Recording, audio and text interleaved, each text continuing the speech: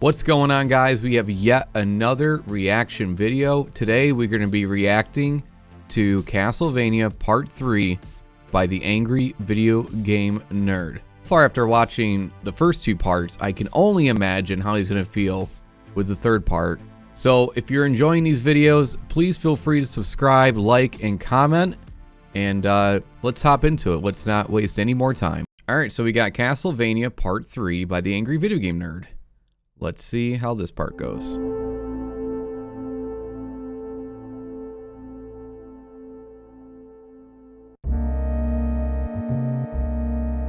Game trailers, Cinemassacre, and Screw Attack.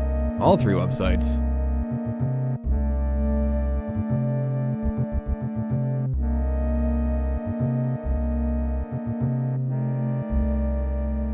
It's a lovely title card.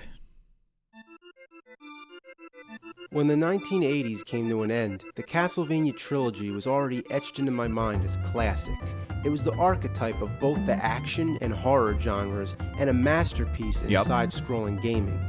Roughly at the turn of the decade came the 16-bit era. I had no idea that it could actually get better. Look how awesome this artwork is for Super Castlevania. It's so good. In 1991, Castlevania made its transition to the new Super Nintendo. But this wasn't just Castlevania 4. Oh no, this was Super Castlevania 4. Real quick, so Super Castlevania 4, this got me to doing first playthroughs of retro games on Twitch. And this was like the first game. It was Castlevania 4, and then it went into Super Ghouls and Ghosts, and then into Battletoads. And ever since, I've been hooked on doing first playthroughs of retro games. So it's really, really awesome to see, or well, we're going to see the perspective of what he thinks about Super Castlevania. I thought it was really good, but let's see what James has to say. And well worthy of that title. The graphics and sound just blew my fucking balls off. Look at that. The animations. The haunting and chilling atmosphere of the old games was now like a walk through the park with the Care Bears. This time, I was really getting scared. The big thing, too, with this game is, like, the soundtrack and, like, the build-up to the fight of Dracula. Man, this is just, it was so well done. At the time, this must have been the greatest opening to any video game yet. The fog keeps rolling in until it envelops the shattered gravestone and almost seems to be creeping into the room itself. It is kind of Mystique.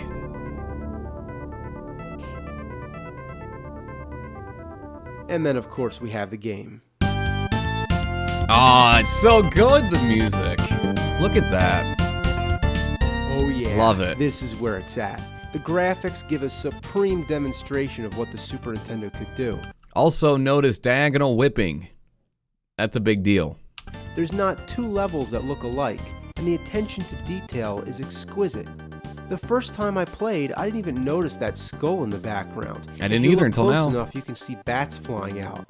There's a stage where the background spins. Yeah, this little part right here was really, really cool when I played this for the first time. Seeing the background move, I'd never seen something like it. Giving you a three-dimensional effect. Then there's the room that rotates two-dimensionally. This was really hard to control, like the whip in this room. It was pretty confusing when you play it for your first time. And you have to hang on to your whip. It gives you a feeling of disorientation that I hadn't felt yet in a game. But the best advantage, the most important thing that they improved here, was the control. The choppy stiffness of the earlier games, gone. Yep. Now, it's fluent and perfect. Yeah, you can whip straight up, down, or in any direction. Yeah, like I said earlier, the direction and the controls are a little bit better in Super Castlevania. That's 8 directions you can whip. If you hold down the button and fuck about with the D-pad. The limp whip is really funny to do too in that game, in this game. You can do all kinds of tricks. It doesn't have much purpose, but it's pretty cool. Being able to whip any way you want makes it easier to attack enemies while you're in midair. Not to mention, when you jump, you have more ability to This chandelier jump was really tough, but I noticed they were, because I played Super Castlevania first, and then I went back and played the other ones. For some reason, they'd love to add like these chandelier jumping parts. I don't know why they did this, but control they where you exist. land. You can even move while crouching. The control is perfect. And Yep. that's the key word here, control. You feel like you're in control. It's almost like Simon Belmont can do anything, even moonwalk. Yeah, yep. Moonwalking. That was something that was really cool. I still do it whenever I pick up the game and play it today. I love the fact you can moonwalk in this. It's as if you are Simon Belmont and fully immersed in the game. That means that the difficulty isn't all about stiff controls and cheap deaths, but this time in genuine Look at that. Even like the intro of the bosses coming out of the case like that. It's so cool. fair challenge. For the most part. As far as the story goes, it's more or less a remake of the first game. Some fans might have been a little disappointed that there's no other playable characters and it goes back to the linear style. I love the basic Castlevania. I mean, I know having extra characters is cool, but like anytime I do a playthrough of Castlevania, I love just being the Belmont and just whipping, and I don't know, maybe it's just not for me, the extra characters, but I think they're cool, but I really, really like the basicness. Yeah. But that's how I like it best, straightforward and simple. Yep. The replay value is high for me, and I'd pop this fucker in any day. In its final stages, it plays the music from all three of the NES games. Yep. It's like nostalgic memories of a Nintendo game within another Nintendo game. Yeah, big thing I noticed with Castlevania games, they like to revisit or show music and nostalgia from the other Castlevania games. I absolutely love that.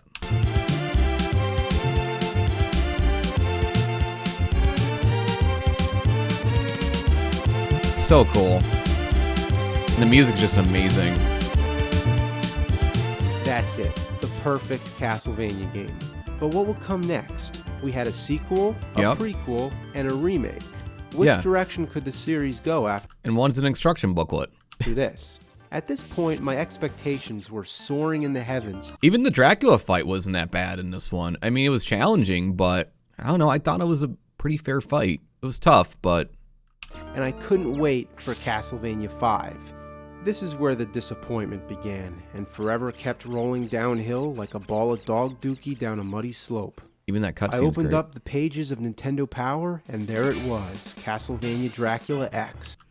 I played this one. It's very tough. One of the big things, I read it in my chat a lot, is people compared this to Rondo and Dracula X.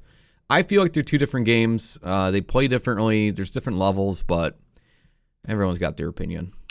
I said it out loud to myself. Castlevania Dracula X.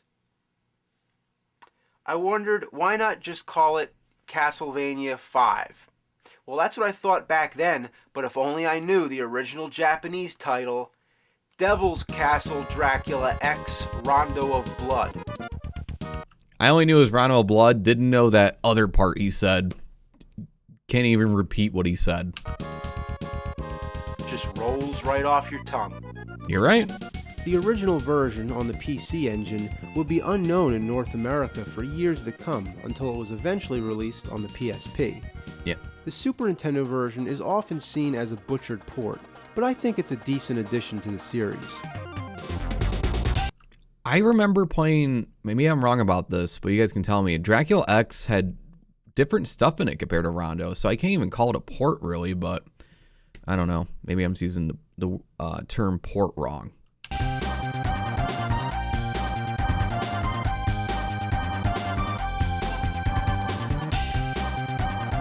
In this game, you take control of This is the Rondo music, though. a new Belmont named Richter. He's not quite as skilled with the whip. Once again, you're restricted to only whipping in a horizontal manner, a major downfall from the previous game. Music in this game, in either Dracula X or Rondo of Blood, wonderful music. Like, Konami knocks it out of the park with Castlevania music. In the bridge Throwing levels. special items on the stairs, once again it's a little tricky because you have to use the D-pad. Unlike the last game, which conveniently used the R button, this time you're back to the NES control of using up plus the attack button. That is a little weird using the up and Y button to do to use the sub weapons. I did find it useful in Super Castlevania when you had the shoulder buttons to use. It is kind of weird. However, you do have a backflip, That which is can sick. come in handy sometimes. But for the most part, you're ill-equipped to deal with the unfair challenges. The distances you're expected to jump are stretched so far that the only way to make them is if you jump from the absolute edge, as close as you can possibly get without falling off. NES ones felt just like that. Difficult for no reason, I guess. Just because they can. The frustration in this game is back full fucking force. Every level is an endurance, and you'll be begging for a pork chop all the time. Pork chop, not wall meat. We learned this from part 1. I feel educated. The final battle with Dracula is impossible. Fucking possible. I spent I think 2 days on this fight when I did my playthrough on Twitch. It was an experience, but I like my Dracula fights that way. I like the big epic battles and just fighting for that one moment you finally take care of Dracula. Is it bad enough Dracula turns into a devil wearing a Speedo? But on top of that, you have to hop across platforms? Anywhere you stand, The platforms are a little extra. I don't think they needed to do that. one hit will knock you off and kill you. Dracula X was a decent game, but not a worthy successor to the masterpiece Castlevania 4, so the search was still on. I didn't think it was that bad, but then again, I don't really look at all the bad in games. I try to find good things too. That's just me. But I know it's him playing as a character, reviewing the game, but that's just my thoughts at least. Now let me explain something for a minute.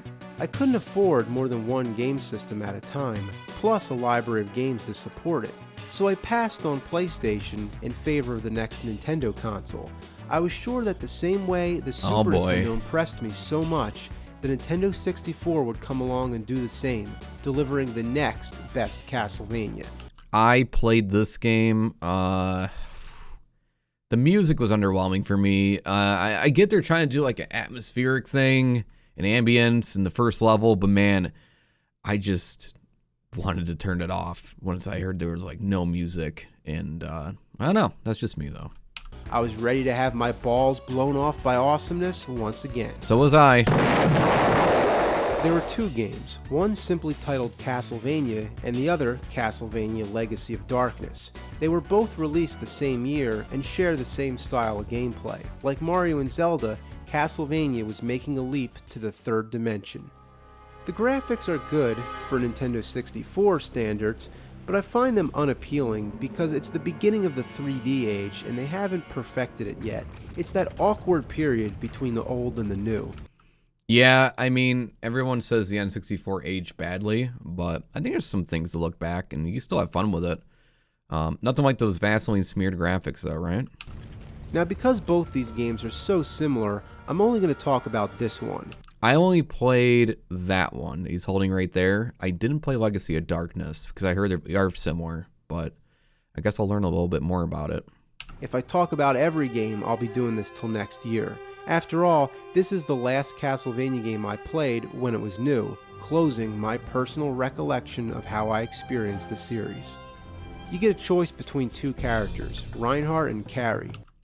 I don't even know who these characters are. I played as them, and I was just like, what is this even supposed to be? Reinhardt uses the whip. The control is awkward. The controls are pretty awkward in this. I mean, again, first gen 3D. You're going to have camera controls and stuff like everything else, but it is kind of weird to have Castlevania in this situation. I don't know what it is, but it just seems like Castlevania was made to be in 2D. I don't know, just for some reason, Ocarina of Time worked out so much better. That's true. Ocarina of Time, they had lock-on with the Z button, right? And then Mario 64 wasn't too bad. Well, kind of with the cameras, but Ocarina of Time or Ocarina of Time, they did a really good job with it. I don't remember being so mad about the controls at all, or the cameras. So I'm going with Carrie, because at least she has a projectile, giving you a longer range. But now I'm playing as like a schoolgirl. It doesn't look anything like Castlevania anymore. That's true. I mean, it is kind of weird, but I mean, I guess we kind of have to play games and see where they take it, right? In this stage, you have to pull levers to open gates. So when you get to a lever, it says operate the mechanism, yes or no. Yep. Why does it bother asking me this? Obviously, I want to pull the lever. What's my other option? To just stare at the fucking background? The enemies are a complete joke. A Look, I forgot about this. Look how ridiculous. Frankenstein monster wielding a chainsaw? What? Skeletons on motorcycles? Yeah, the skeletons on motorcycles. I remember this now. It's been a little bit since I played this, but yeah, I remember this. And this game takes place in 1852. Was there fucking motorcycles back then? The music sucks. It just sucks. Apparently, there was maybe motorcycle. Someone looked it up in chat, and they were like, yeah, there was some type of motorcycle. I don't know. I could be wrong. Misremembering things. It's been a few years. Anyways. It sucks. Listen. It sucks. There is no fucking music. The control is what kills it. You grab onto these steps, and when you try to climb up, you just move back and forth. These platforms were terrible to climb. I remember doing this part for a little while. You want to know what your worst enemy is in this game? Yeah. Medusa heads? No. Stairs? No. Water? No. This time, it's the camera itself. Yep. You can never situate the camera at the right angle to see what the hell you're doing. You just fall right down. You can't even see what's below you. It just points wherever it wants. Oh. And the water at the same time. Camera and water. Gosh. And knockback. Okay, so now I'm at a part where I'm supposed to destroy a cracked wall using two separate items. So I gotta find these two items and combine them together so they make some kind of explosive chemical. One's called a mandragora and the other is nitro. I got the mandragora first, but now when I try to pick up the nitro, it's telling me I can't carry them together because they'll explode. For what reason they added this whole part? They could have just made it a really cool platformer, but they decided, you know what, we're just going to make you run around and grab these items. So, okay, I guess I got to carry them one at a time. No problem, right? Well, I carried the mandragora over this cracked wall, and guess what? I just realized I have no clue how to put this thing down. There's no drop or throwaway option, so confusing. Nothing. I tried putting it in these garbage chutes on the wall, but still no luck. Then I found these statues that talk to you. At first, I thought they were just giving you hints, letting you know what to do with the nitro and mandragora. That's what I thought too when I was playing this. I thought these were hints. And they're just trying to help you, just like in previous Castlevania games. Makes sense, right? But since I can't seem to place the stuff on the ground, I figure I have to talk to these statues in order to even use the items at all. Even though that makes no sense. That's like talking to a fire hydrant so you can use dynamite to demolish a building. But anyway, talking to the statues doesn't work either. Turns out I was supposed to get the nitro first. But now that I'm stuck holding the mandragora, there's nothing I can do. The game's over. What a fatal flaw. Just because you miss some object, it won't let you continue. I don't know what else to do, so the only other thing I can think of is to start the entire game over. Yeah, stuff like this drives me nuts, right? Not having things in the right order or else it just won't work at all. It's like all this running around for no reason. And this time, make sure to get the nitro first. Well, I did just that. I started all the way back from the beginning, made it all the way back to the castle center. Yep. So here we are, I got the nitro first. Now I'm heading over to the cracked wall again. No, man. Oh, shit, it's explosive. That means you have to walk really slow and be careful. Oh yeah, this part with the, oh, that's so lame. I remember this, the gear going around and you have to walk with, oh. Not to touch anything. I'm getting stressed out looking at this. You're not even allowed to jump. Yep. This was so annoying. Damn. And every time it happens, you go back to the save spot. Oh. It's all coming back to me when I played Castlevania 64. This part specifically was really, really annoying. I think it might be more annoying than escort missions in games. My God, this takes forever.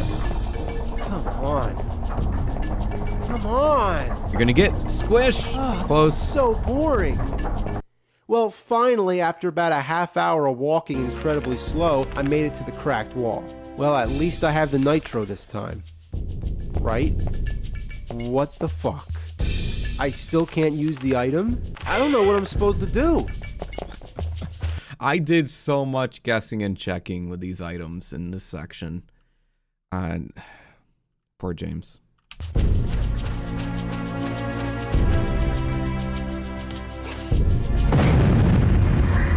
Life sucks. Oh man, it's over? Hey, that was pretty good. All right, so we just finished part 3 Castlevania from Angry Video Game Nerd.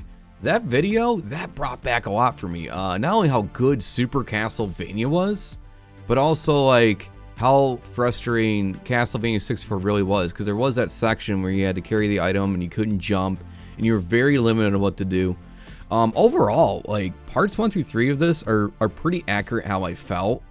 I may have not been as angry as James was, you know, or his character that he plays as doing these reviews, but they were pretty dead on. There were some frustrating things in Super Castlevania and Rondo and Dracula X. I really kind of wish that he went on about Rondo more than Dracula X, but you know, it is what it is.